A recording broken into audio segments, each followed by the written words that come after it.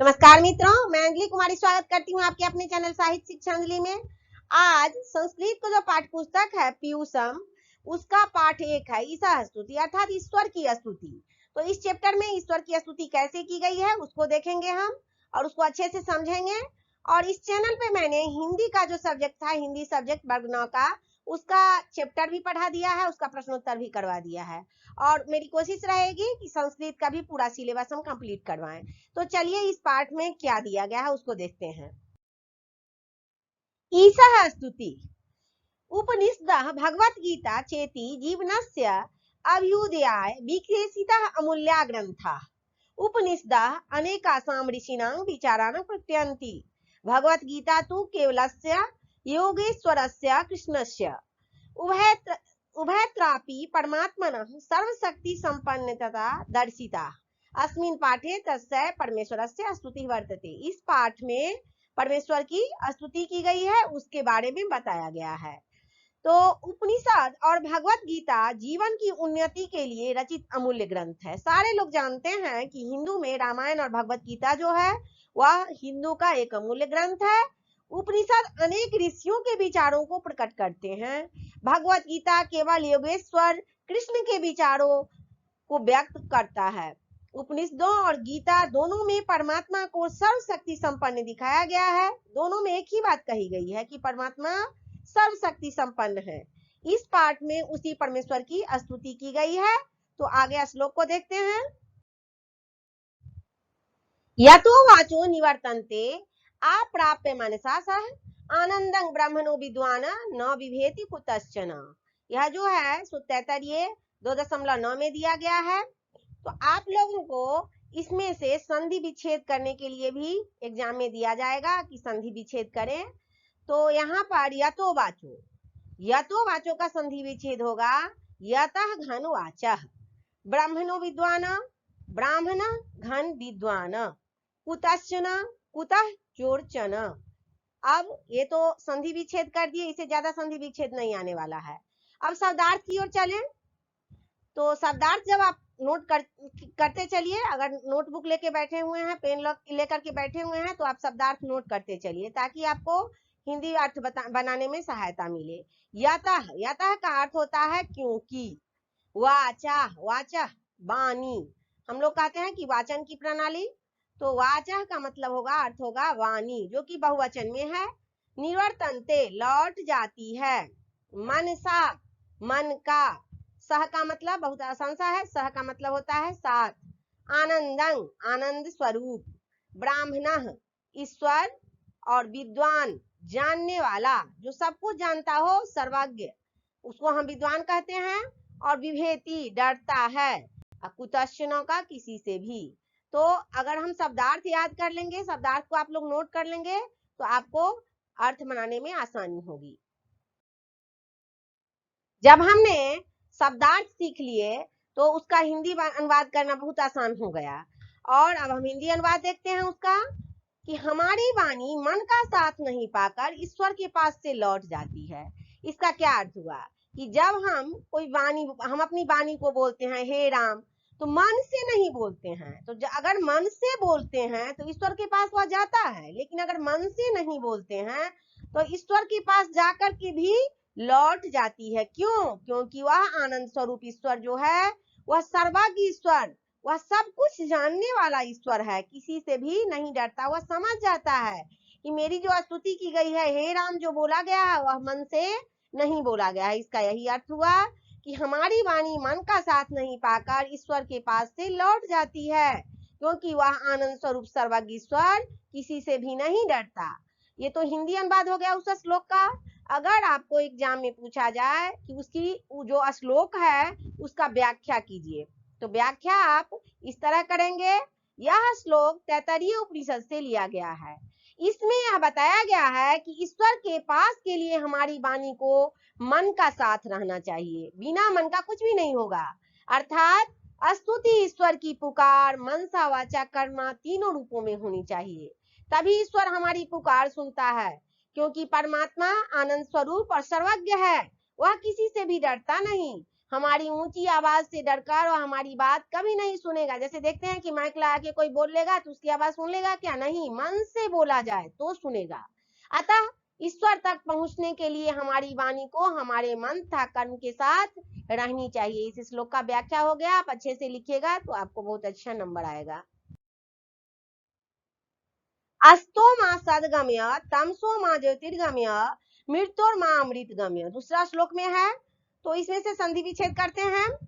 ज्योतिर्गम्य, ज्योति जो घन गम्य, मृत्योर मां, मृत्यो घन मां, अस्तो मां, अस्तः घन मां, तमसो मां, तमसः घन मां। अब शब्दार्थ की ओर चलते हैं। अस्तः अस्तित्व से, असत्य से, सत्य अस्तित्व और सत्य, तमसः अंधकार से, ज्योति का अर्थ होता है प्रकाश, गम्य ले चलो ले जाओ, मां का अर्थ होता है मुझको और मुझे, मृत्यो मृत्यु से, और अमृत का अर्थ होता है अमरता से। अब दूसरे श्लोक का हिंदी अनुवाद हम देखते हैं। अर्थ तो समझ लिए। हे परमात्मा, मुझे अन अस्तित्व असत्य से अस्तित्व सत्य की ओर, अज्ञान के अंधकार से प्रकाश की ओर तथा मृत्यु से अमरता की ओर ले चलो, ऐसा स्तुति में कहा गया है। अब इसकी व्याख्या को देखते हैं। प्रस्तुत श्लोक जो है बृहदारण्यक उपनिषद से लिया गया है। इसमें ऋषि ईश्वर से यह प्रार्थना करते हैं कि मुझे असत्य जगत के बंधन से मुक्त कर सत्य रूप परमात्मा का बोध कराओ, ज्ञान रूपी प्रकाश से मेरे अज्ञान रूपी अंधकार को दूर कर दो। ऋषि को यह बोध तो है कि शरीर की तो जो है वह मृत्यु होगी ही, अगर शरीर है तो मृत्यु होगी ही। प्रार्थना करते हैं कि मुझे यश और कीर्ति रूपी अमरता प्रदान करो, ऐसा ऋषि वंदना कर रहे हैं, स्तुति कर रहे हैं ईश्वर की। अब तीसरा श्लोक है। एको देवः सर्वभूतेषु गूढ़ः सर्वव्यापी सर्वभूतानंतरात्मा कर्माध्यक्ष सर्वभूताधिवासः साक्षी चेता केवलो निर्गुणश्च। संधि विच्छेद है इसका, थोड़ा सा बड़ा बड़ा शब्द है। तो सर्वभूतांतरात्मा, सर्वभूत घन अंतः घन आत्मा, कर्माध्यक्षः कर्म घन अध्यक्षः, सर्वभूताधिवासः सर्वभूत घन अधिवासः, निर्गुणश्च निर्गुण घन च। ऊपर जो श्लोक है तीसरा श्लोक, उसका शब्दार्थ देखते हैं कि किसका क्या अर्थ होगा। एको का अर्थ होता है एक, सर्वभूतेषु का सभी जीवों में, गूढ़ा छिपा हुआ रहस्यमय, सर्वव्यापी सब जगह व्याप्त, ईश्वर सब जगह व्याप्त होते हैं, और सर्वभूतांतरात्मा सभी प्राणियों तथा पदार्थों के भीतर स्थित आत्मा, ईश्वर जो है तो सभी प्राणियों तथा सभी पदार्थों के भीतर स्थित हैं, इसीलिए उनको सर्वभूतांतरात्मा कहा गया है। कर्माध्यक्ष, सभी कार्यों का संचालन करने वाले को कर्माध्यक्ष कहा जाता है। जो सभी कामों का नियंत्रण करते हैं उन्हें भी कर्माध्यक्ष कहा जाएगा, अर्थात ईश्वर। हम लोग क्या करते हैं, जब लोग दुष्कर्म करते हैं तो दरवाजा बंद कर लेते हैं, शटर गिरा लेते हैं, लेकिन नहीं, जब ईश्वर की निगरानी सब पर होती है, चाहे कितना भी दरवाजा बंद क्यों न कर ले, वो सभी कार्यों का संचालन करते हैं और नियंत्रण भी करते हैं। सर्वभूताधिवासा, सभी जीवों में रहने वाला ईश्वर सभी जीवों में रह रहा है, और साक्षी दृष्टा गवाह चेता चेतना रूप में, और निर्गुणा गुण रहित। जब शब्दार्थ देख लिए तो इसके हिंदी अनुवाद को देखते हैं। हिंदी अनुवाद है, एकमात्र परमात्मा ही सभी प्राणियों में छिपा हुआ है। एकमात्र अकेला परमात्मा ही ऐसे होते हैं जो सभी प्राणियों में छिपे हुए हैं। वह सर्वत्र स्थित रहने वाला सभी प्राणियों के भीतर स्थित आत्मा है।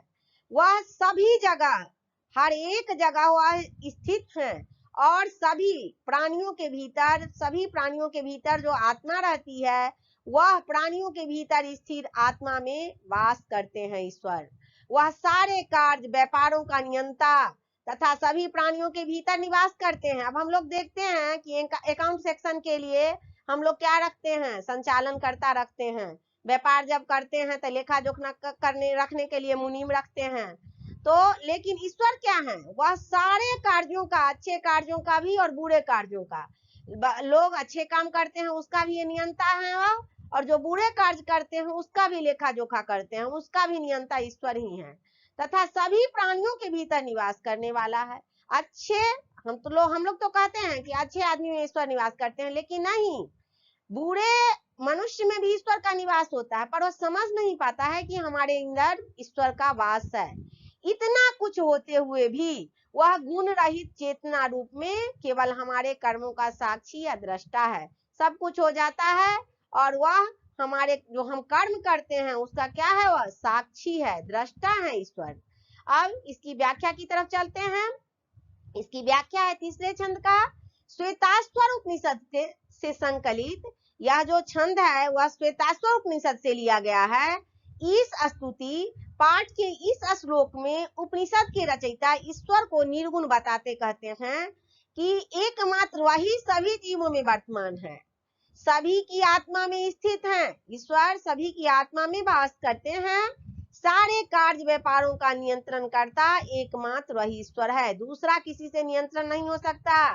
सारे व्यापारों का तथा सारे कामों का नियंत्रण करता सिर्फ ईश्वर ही है, जो साक्षी और चैतन्य रूप से सबके हृदय में वास करते हैं। अच्छे लोगों के हृदय में भी वास करते हैं और बुरे लोगों के हृदय में भी वास करते हैं, सिर्फ समझने का फर्क है।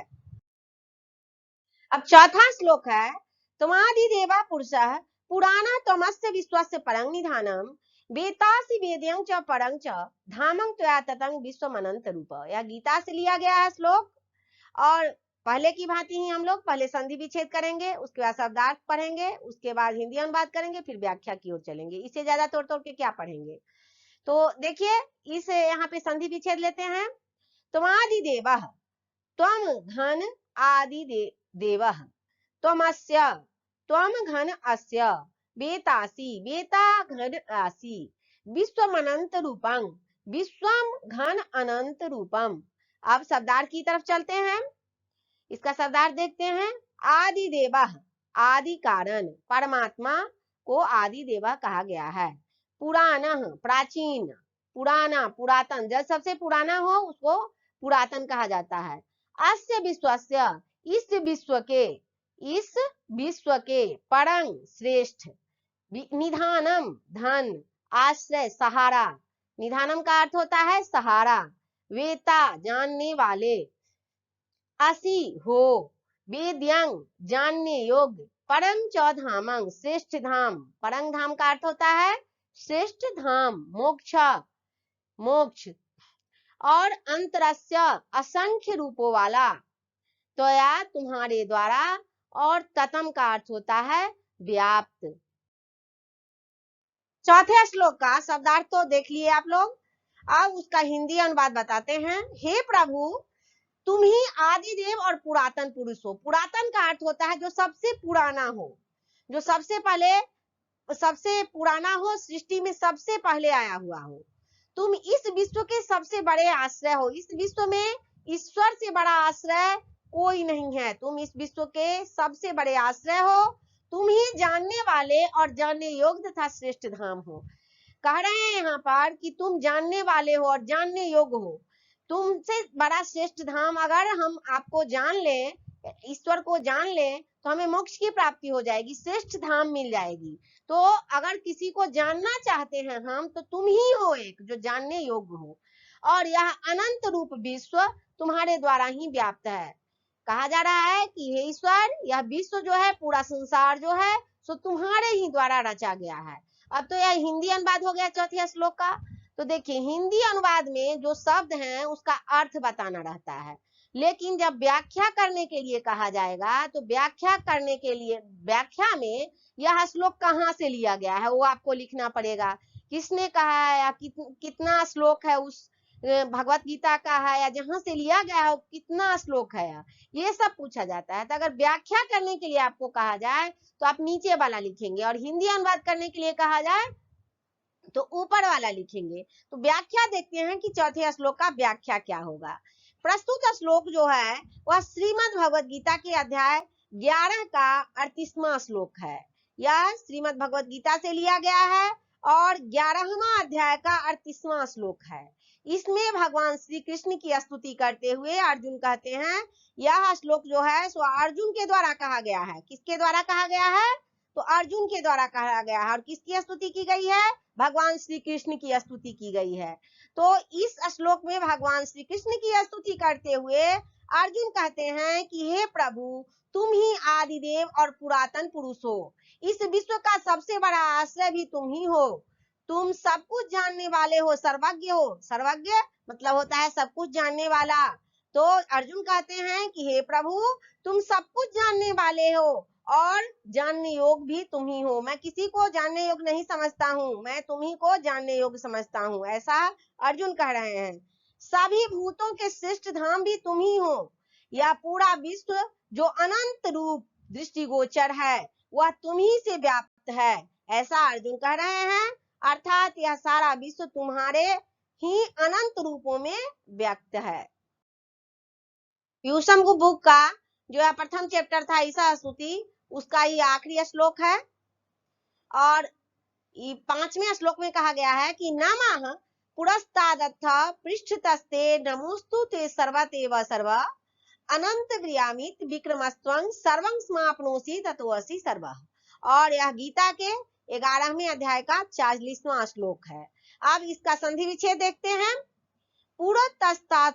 पुरस्तात घन अथ पृष्ठतस्ते, पृष्ठतस्ते का संधि विच्छेद होगा पृष्ठतः घन ते।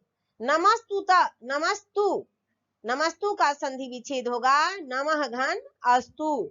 अनंत प्रियामित विक्रमस्त्वम, इसका संधि विच्छेद होगा अनंत प्रिय घन अमित विक्रम घन त्वम।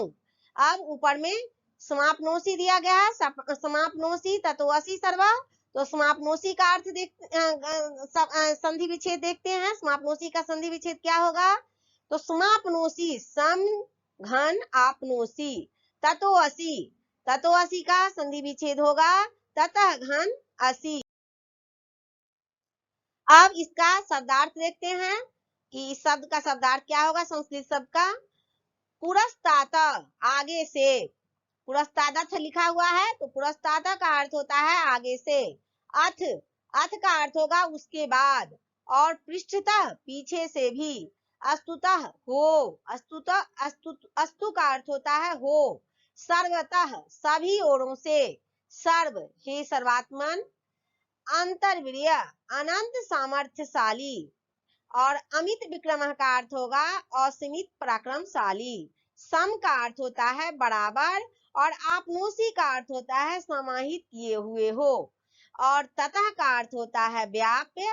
और सर्व का अर्थ होता है सब कुछ। अब हम संस्कृत शब्द का अर्थ सीख लिए तो आसानी से अनुवाद कर सकते हैं। सब हिंदी अनुवाद करते हैं। हे सर्वात्मन, आपको आगे से तथा पीछे से नमस्कार है। आपको सब ओरों से मेरा नमस्कार है। हे अनंत सामर्थ्यशाली, असीमित पराक्रमी, आप सब कुछ को समाहित किए हुए हैं। आप सर्वत्र व्याप्त हैं। हे ईश्वर, आप सभी जगह व्याप्त हैं। अब व्याख्या करने के लिए कहा जा रहा है तो व्याख्या में क्या होता है, बढ़ा चढ़ा करके किया जाता है। और यह श्लोक कहाँ से लिया गया है वह लिखा जाता है। कितने अध्याय से लिया गया है वो लिखा जाता है। किसने कहा है यह लिखा जाता है। तो किसके बारे में कहा है अभी लिखा जाता है। और उसके बाद आप हिंदी अनुवाद लिख दीजिए तो आपका व्याख्या हो गया। अगर हिंदी अनुवाद करने के लिए कहा जाए तो ऊपर वाला लिख दीजिए, और व्याख्या करने के लिए कहा जाए तो नीचे वाला लिख दीजिए। तो अब व्याख्या देखते हैं कि ईसा स्तुति क्या है। श्लोक गीता के 11वें अध्याय का 40वां श्लोक है। यह गीता से लिया गया श्लोक है और 11वें अध्याय का 40वां श्लोक है। इसमें इस श्लोक में भगवान श्री कृष्ण की स्तुति करते हुए अर्जुन का भाव है। इसमें भगवान श्री कृष्ण की स्तुति वंदना की जा रही है और अर्जुन बोल रहे हैं कि भगवान अनंत समर्थशाली और असीमित पराक्रमी हैं। अर्जुन कह रहे हैं कि भगवान श्री कृष्ण जो हैं वह अनंत समर्थशाली हैं। उनका कोई अंत नहीं, उनके सामर्थ्य का कोई अंत नहीं, ऐसा कह रहे हैं अर्जुन। और असीमित पराक्रमी, उनके पराक्रम का भी कोई अंत नहीं। वह सब कुछ को अपने में समाहित किए हुए हैं। वो जब भगवत गीता में है ऐसा कि वह विराट रूप जब देखते हैं भगवान श्री कृष्ण का तो देखते हैं कि सब कुछ उन्हीं में समाहित है। आग, पानी, जीवन, मरण, सब कुछ उनमें समाये हुए है। हवा, तो क्या हम कहें। तो विराट रूप आप लोग भी देखे होंगे, अगर महाभारत देखे होंगे तो तो भगवत गीता में भी यह लिखा हुआ है कि वह सब कुछ को अपने में समाहित किए हुए हैं, अतः अत्यंत श्रद्धावान होकर हम उन्हें हर तरह से नमस्कार करते हैं। अर्जुन हर तरह से श्रद्धा के भाव में आकर, श्रद्धावान होकर के और भगवान श्री कृष्ण को नमस्कार कर रहे हैं। तो इस चैप्टर का अंतिम श्लोक था, उसका हिंदी अनुवाद भी मैंने बता दिया, व्याख्या भी बता दिया। इस चैप्टर का मैंने हिंदी अनुवाद, व्याख्या तथा संधि विच्छेद भी करवा दिया है। अगर आप लोग पहली बार इस चैनल पर विजिट कर रहे हैं तो चैनल को सब्सक्राइब करें, वीडियो को लाइक करें तथा दोस्तों में शेयर करें, ताकि उन लोगों को भी कुछ सहायता मिल जाए। और अगर इस चैप्टर में आप लोगों को कोई दिक्कत मालूम हो रही हो, कोई दिक्कत लग रही हो, तो आप कमेंट बॉक्स में कमेंट करें। तब तक के लिए जय हिंद, जय भारत।